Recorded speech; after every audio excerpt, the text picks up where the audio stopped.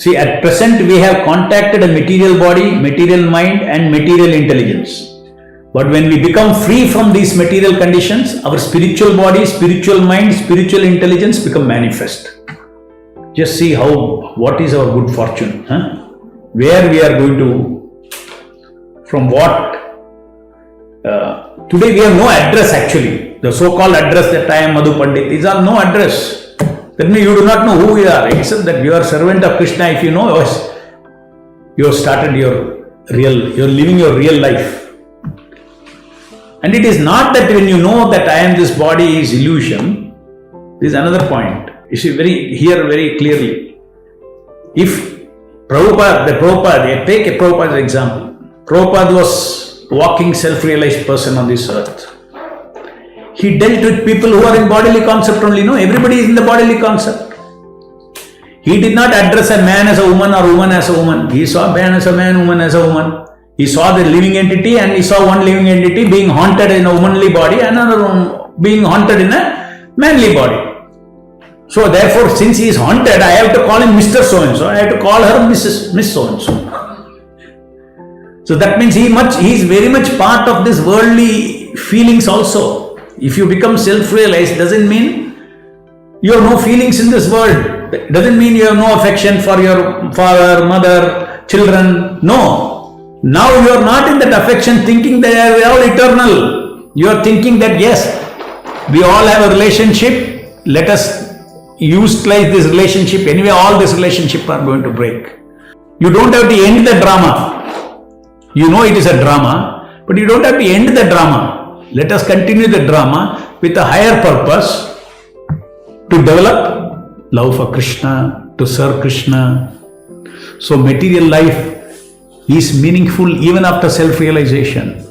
That is why we build temples. That is why we engage in different activities in the material world. Why? Because Krishna is the center. Similarly, in the family, Krishna can be in the center. This is so wonderful. Unlike Mayavada thing, once you get detached, you have to give up everything and go. When we get detached, we say everything belongs to Krishna. I also belong to Krishna. And I can, if good fortune, I have woken up from my bodily concept of life. I have to be in this drama. I cannot tell my child that you are not the body.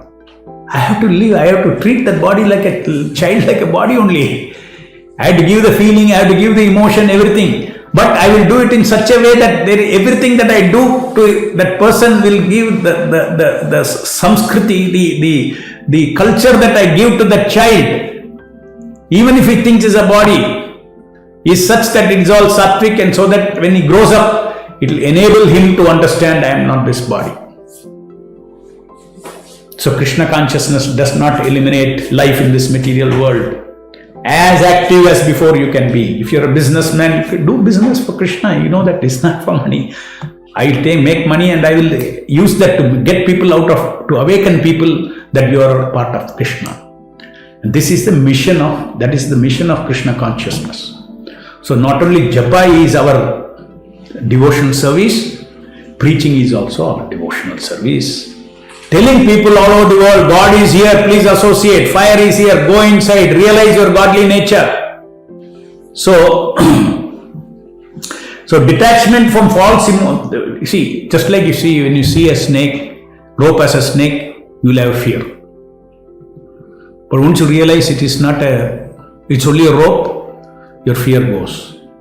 Doesn't mean that you will not utilize the rope. You will utilize the rope. For what purpose?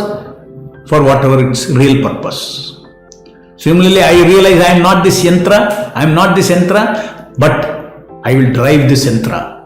What does the Shastra say? You should drive this yantra towards a destination of not taking one more life in this world. You have to discover who you really are and situate yourself in your eternal position. Stop this drama, Janma Mrityu cycle. That is what the Shastra says. And this is possible only in the human form of life. Rare opportunity. Which dog, cat and come and listen and all these things cannot. Because it's awakening. This pravachan, this whatever we talk, Krishna consciousness, has to be intelligible. No, only human being it will be intelligible. Only human being can ask this question: who am I? Who is God? So it's a rare opportunity. The Shastra says human form of life. And so these are all the spirit with which, in a compassionate manner, pure devotees like Prabhupada walk on this earth. Prabhupada very comfortably was in Vrindavan as far as his spiritual thing is concerned, because he is very happy, because he is a devotee of the Lord. He could sit in Vrindavan and nicely enjoy the sweetness of the holy name of the Lord. What made him go out into the Western world? The world of complete, different gunas. Because they have their vision that everybody is part and parcel of Krishna. How many people we can make Krishna conscious? Let me do it. So this is also our mission. So it is so nice, We get the association of Krishna, we chant every day. Plus Krishna's work is plenty in this material world. So even rest of your life, even after realizing that this illusion that I am not this body, you got plenty of excited work, meaningful work. Whereas if you think I am the body, whatever you do for your body has no meaning, it's meaningless work, Work, earn money, do this, finally one day leave everything and go. That's looking like a crazy proposal. Just like a businessman goes and sits in somebody else's shop and then he earns profit. He doesn't know that it is not, the earning is not coming to him, his earning is going to somebody else. Similarly, we are all continuously serving Maya. Nothing is coming to my soul. You can either serve Krishna or serve Maya.